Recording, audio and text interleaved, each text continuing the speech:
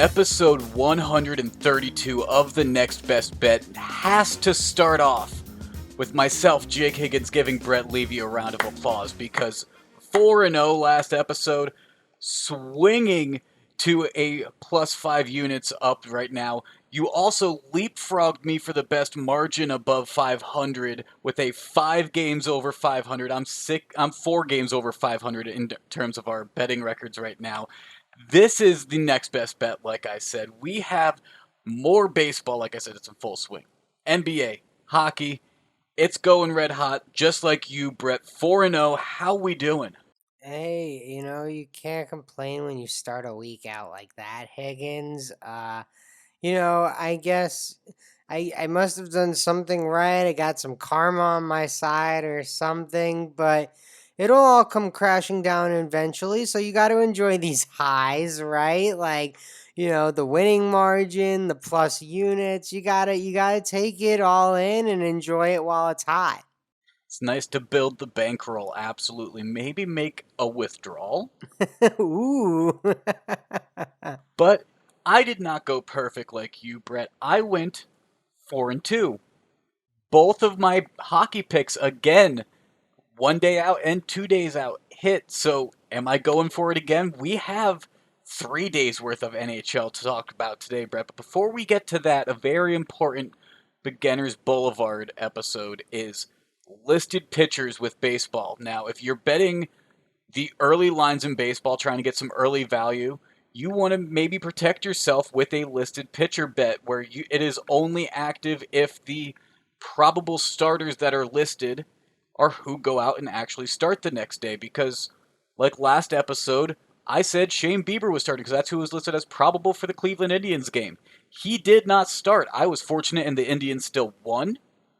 But that's not always the case, Brett, right? Yeah, same thing here, Higgins. I had Strasburg taking the mound for Washington, and all of a sudden it was Eric Fetty. So, actually, to be honest, Higgins, Strasburg struggled in his start against the Cardinals. So I guess thank goodness I got in on the Fetty start. Kind My of logic luck. with Bieber was locked tight, but just the wrong night. I Let's got get you. into some NBA though, Brett, I think, because an interesting night where we only have 4 games and only one line on Wednesday night for Thursday's games, right? Yeah, there's a lot of action on Wednesday night in the NBA, Higgins, so I'm sure that affected a lot of why the books had late lines coming out. Sacramento, I know, plays in a doubleheader. I don't know off the top of hand if Milwaukee or Atlanta do, or Golden State or Cleveland. But anyway, Higgins, there is one marquee game on Thursday night. The Celtics and the Lakers, one of the best rivalries in the NBA. This one will feel a little different with so many Lakers out. The Celtics obviously struggling a little bit this year. Jason Tatum actually talked about how he's still suffering from the side effects of COVID, how he's using an inhaler now. Before the games, he never used it before. So this one feels a little different, but obviously when these teams get together, Higgins, it's a big game and everyone's watching. It's always a classic when these two play together in the NBA because of how long-standing this rivalry is. But Brett, I'm going to surprise you with this one. I'm taking the under for quite a few of the reasons you just listed, with the Celtics struggling, with the Lakers having a load of injuries that have seen them struggle. Plus, when you look at the data, the Lakers, the best team in the NBA at hitting unders this year. They are doing it better than anyone, 35 and 20 on their unders. And the Celtics, they basically hit every other over or under on the season. But if you look at it recently, 8 of their last 10 games, the Celtics have hit their under. Higgins, yeah, they struggled to score against Charlotte, only scoring 101, and their defense looked good, holding Charlotte to 93. So, I think this absolutely makes a ton of sense. And this under may seem low at 212.5, Brett, but recently, some unders that the Lakers have hit: 207, 210, 208, and 207. Now, they did hit overs of 206, 206 and a half, and 208, but the only other over that they hit was a 223. So they've 6-4 in their last 10 games at hitting unders. 3 of those were overs that were a lower number than this is currently set at 212 and a half. I like this positioning. 212 and a half is not too low for me, and honestly, 207 is not even that low for me either. It could be a big swing. I could see a lot of people on the under because, like I said, the Lakers have been the most reliable on the season at hitting them. Yeah, no, I definitely Higgins. You're right on the money there, and I'm going to be watching the game, and now I'm going to be watching the game, rooting for that under for you. Let's get into our hockey bets, though, Brett, because, like I've said, NHL, at least in Oregon, I'm being blessed with multiple days out, meaning on the podcast, there's a lot for me to pick from. And I've been doing recently well on multiple days out because, unlike in baseball, the hockey players, they're going to be out there every single day. Goalies may switch around a little bit, but not quite as frequently as pitchers, let's say. So you know who you're playing with most likely. I have an interesting parlay that's starting out that's a Thursday Friday combo, and all you got to do is pick the Islanders. It's really that simple. The Islanders plus 1.5. They're playing against the Bruins. And guess what? The Islanders are 5-0 against the Bruins this season. So if you're taking them at plus 1.5, you're getting an extra safety there. I'm not being ambitious in taking the money line. I'm taking the safe bet with the plus 1.5 at minus 265 on Thursday, minus 250 on Friday. Throw it together, it's a minus 107. I think the Islanders do win both of these games, though, because they've been playing strong against this Bruins team all year. Yeah, it'll be interesting to see. I, you know, followed the NHL trade deadline a little bit, this week, Higgins. I Bruins thought were it was buyers. fun. Bruins were buyers. The Islanders kind of made their moves a little bit earlier than the actual deadline day, making a big trade with the Devils. So these are teams that are incorporating new pieces. So I am interested to see, how they come out and play. But I think, your logic will hold true. This should be good competitive hockey games. And, even if the Islanders don't come out on top, you have a little bit of a safety net where they can lose by a goal and you're still a winner, Higgins. Absolutely. But, Brett, like I've said, we get a lot of hockey to choose from. You chose a Thursday game that we've also seen some moving pieces, like the Sabres trading with the Bruins to give up Taylor Hall. Yeah, and Washington added Martha from Detroit, who's an elite goal scorer, Higgins. The Sabres lose some goal scoring. They shipped a bunch of players out. So I like where Washington is. I think my bet aligns with what the Capitals are trying to do and what the Sabres are trying to do. Sabres have no interest in winning games this year. So Washington minus 1.5 at minus 118. That feels like I thought it would have been steeper. You know what I mean, Higgins? Yeah. Yeah, I know what you mean. I absolutely know what you mean because I do have faith in the old faithful of Washington Capitals who have been a mode of consistency over the past few years in the NHL, it seems. I am actually going to be on the Capitals as well, Brett, on this podcast. But it's not the same game. Don't worry. We're not breaking pillars here. Don't worry about that. All I'm taking right. the Capitals on Saturday. I I'm like taking the it. Capitals on Saturday against the team I like, the Flyers. But let's be honest, the Flyers were sellers in the trade deadline. They traded away a few players, got back quite a few picks, and the Capitals, always competitive, have played really well against the Flyers this year. So at minus 1.5 on Saturday at plus 190 odds this far out, I'm going to take that because I see those odds shortening in the meantime. Well, the Flyers are at home, so that means Kevin Hayes is going to score at least a goal. So, there's one goal for your Flyers.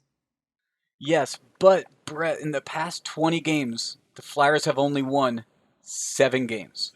Yeah, I get Of it. the 13 losses, they've lost 9 of them by multiple goals. So taking the Capitals minus 1.5 at plus 190, I get the Flyers are at home and they play better in Philly. Absolutely. That's been a theme for Philadelphia for a while now.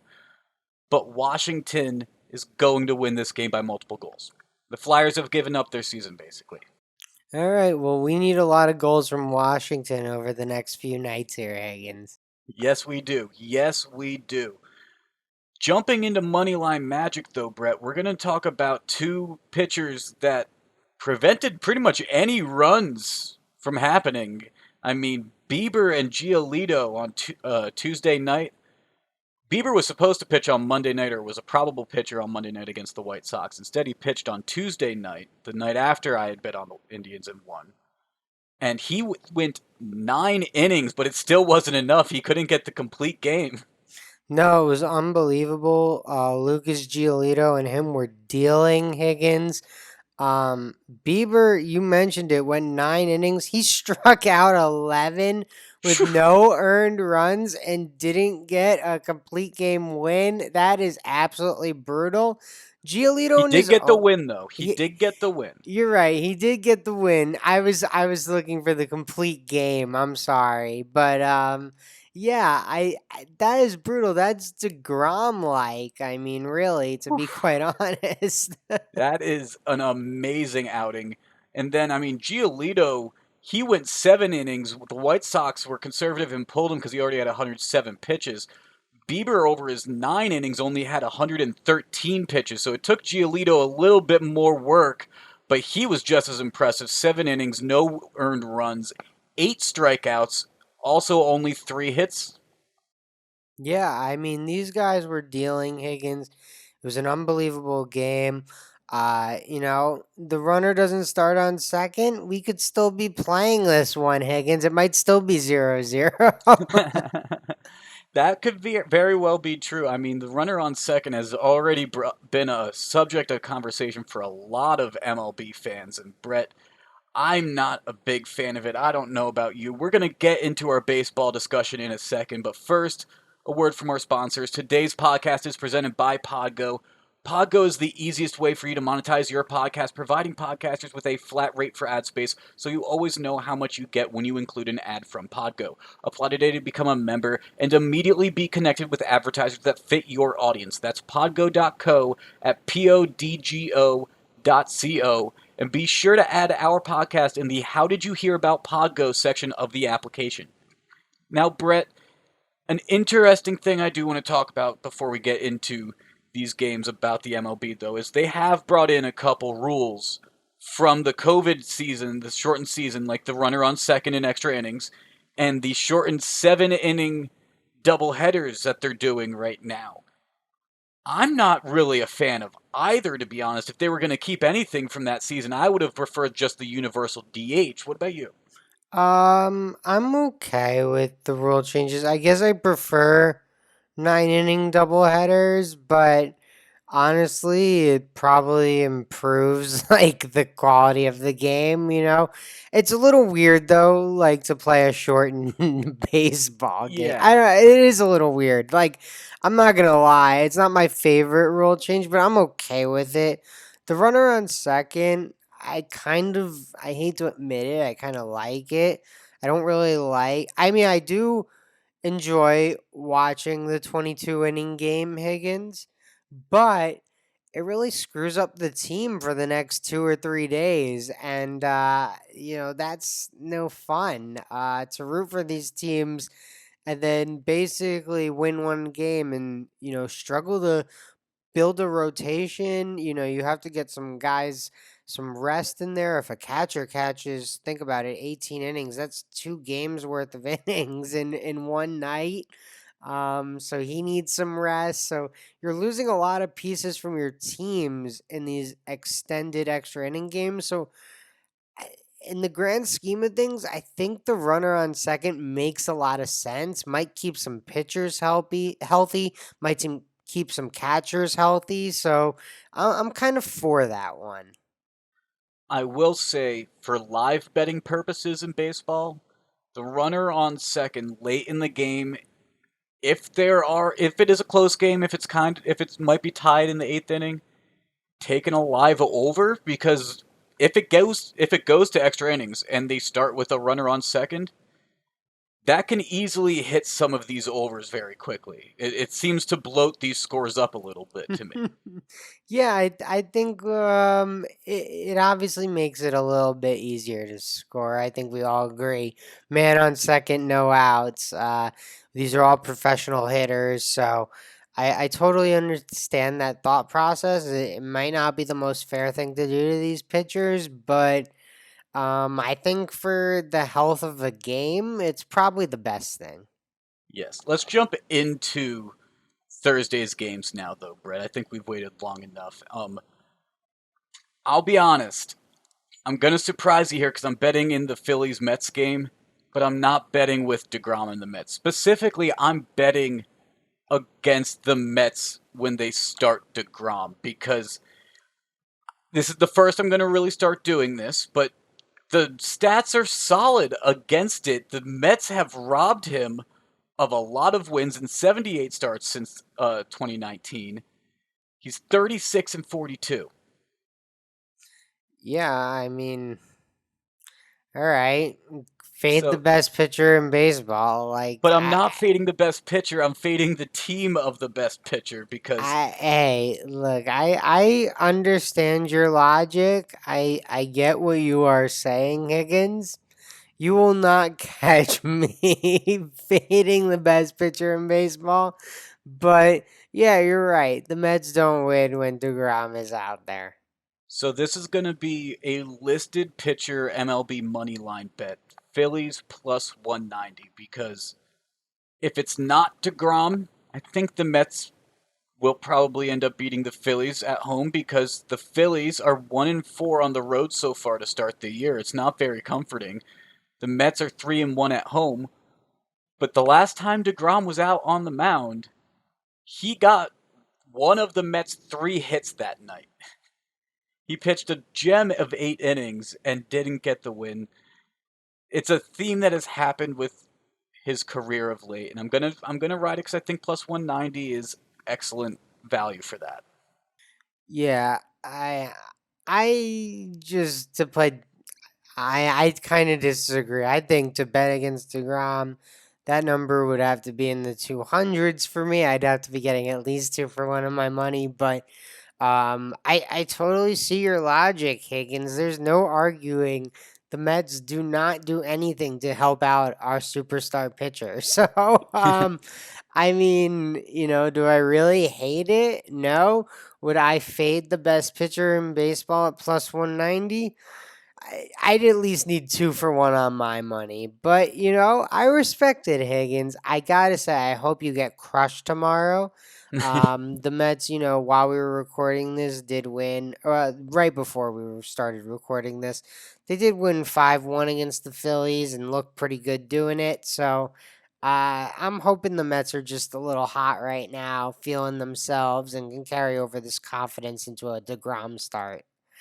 Okay, okay. I mean, if it's the value that's not good enough and you need at least 2 for 1 to bet against DeGrom, I understand that. Plus 190, it's good enough for me. I definitely would like it above 200, obviously, but it's Oh, going to be a yeah. listed pitcher bet. It's going to be a listed pitcher bet.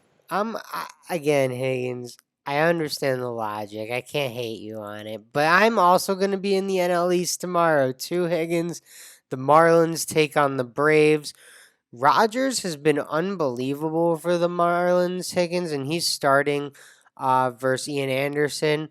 I'm honestly just thinking the Marlins have outperformed expectations. The Braves have kind of struggled out of the gate. They're, I mean, Ronald Acuna's been amazing. I don't know what the rest of the team's been doing, but the Marlins, keep winning baseball games, keep keeping it close. Their pitchers have looked good. I think Miami at plus 1.5, at minus 126 juice. That's okay for me to eat. I'd rather have the extra run there as a way to kind of back myself in case, the Braves in their last licks get hot. But I think Miami should be leading going into the ninth in this one, Higgins. And you're backing Rogers, who, to be honest, in his past two outings has gone a total of 10 innings and only allowed 2 runs so far.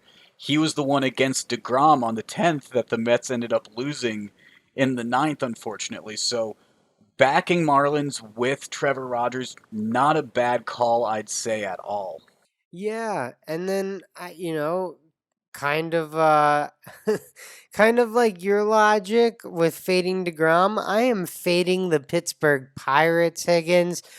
Chris I Paddock. was thinking of making this pick too, by the way. I was thinking of I almost made it too. The value wasn't rich enough for me. I got you. Yeah, to be honest with you, I was like, I kind of just want to bet another game, and this one kind of felt right.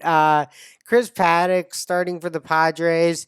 He's I don't know if you'd still consider him a prospect. I guess he's still a prospect. He's probably the top pitching prospect in the Padres organization right now, and he's a borderline fifth starter for them. He's been a little up and down in the early start of his career, but the Pittsburgh Pirates are beat up and bad, Higgins. So I am taking San Diego -1.5 at +102. I just honestly, I think I would take San Diego -1.5 all season against the Pirates if every time the juice was plus money.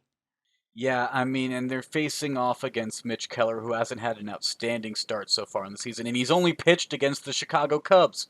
He pitched twice, and it was both times against the Cubs. Going to face a little tougher lineup with the San Diego Padres here, so I like the call. While you're going to be on those run lines, though, I'm sticking with the money lines because I also made a second pick on Thursday in baseball, Brett. I'm going with the West Coast versus East Coast matchup, Arizona in Washington. And I'm taking the Diamondbacks on the money line here. I'm going to take the Diamondbacks on the money line here. And it's because Patrick Corbin is on the mound for the Nationals potentially. Yeah, okay. Patrick Corbin has a 12.46 ERA through his one outing. Now, let's be fair, that outing was against the Dodgers. He went 4 1/3 and allowed 6 runs. Yeah, it's a tough start for Corbin. He is a former Diamondback, so a little bit of a, I don't know, do you call it a revenge game if you leave via free agency for a huge deal? Could it be a revenge game? Hmm, I don't think so. I don't. There's not necessarily bad blood then. I don't think. If you left free agency, you served your team well, and then you just left for greener pastures. All right, fair enough. So not a revenge game for Corbin, revenge game for the Diamondbacks. Yeah, the Diamondbacks are going to show him you should have stayed over here. We're going to beat you on your new home field and show you that it's our field still. Okay, fair enough. So Yeah. plus 148 on the money line. I like this because neither of these teams have been outstanding to start, but at least Arizona has 2 wins on the road. The Nationals just have 1 win at home to start the season, so going to take the D-backs on the road. They've been on the road a lot more this season, too, with 7 total games on the road, so I'm not too worried about it overall with the West Coast on the East Coast right now. Fair enough, Higgins. Before we get out of here, I want to point out one more thing. The Boston Red Sox, Higgins, have won 9 in a row, and I have no idea when it's going to stop. I can't believe they've ever won 9 in a row with this roster they assembled this year. So, kudos to the Red Sox. They are just on fire right now. And, if people were not aware, this team started 0-3 and they're currently 9-3 at our recording. So, uh, Winning both of a back-to-back doubleheader today, too, by the way, to make it 9-0. yeah, so they're playing good baseball, Higgins. So maybe that's a team we need to start paying attention to. Or hopping on the money line train. It might be too late. It may have already taken off for the next station at this point. Before we get out of here, though, Brett, the Levy Lock pick of the pod, you still have a 2-game lead on me because I can't catch up to you if you go 4-0 last week. You got to give me a little wiggle room here. What's your Levy Lock this week? I just need to keep winning the Levy locks, and everything else will follow suit, right, Higgins? Absolutely. Uh, I'm gonna go to the ice, which is, probably not my strongest suit, but I feel really confident in what the Capitals are doing, trading for an elite goal scorer at the deadline, signaling to their team that they're going all in for a championship this year. And the Sabres were sellers at the deadline. So this -1.5 really doesn't scare me because it feels like it's in line with both of these teams' goals. So -1.5, -118 juice, the Capitals at the Sabres. I'm taking the Caps, -1.5. I hate that I love it because I'm on the Capitals 2 days later, and it's for very similar reasonings. I hate that I love your Levy lock pick because it makes me feel like I'm not going to catch up, but I hope to keep pace with you, and I'm taking that Celtics Lakers under 212.5. Now, there is some wiggle room. I think I'd take this down to maybe 208, 207.5 because the Lakers are the best team on the year at hitting their unders. And the Celtics, they hit every other under, but in their past 10, they've hit 8 of those 10 unders. So give me the under 212.5 here with the hook. I'm hoping for it. The Lakers only scored 101 the other night. Hopefully they can keep it under 100 for me. Keep it under 100. Yeah, I mean, I really could definitely see this one being a low scoring battle, Higgins.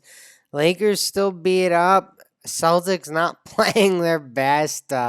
Some guys out there who are not known scorers, and Tristan Thompson and Andre Drummond's playing his worst offensive basketball he's played in a long time right now. So this one could absolutely go under 212, as low as that number is.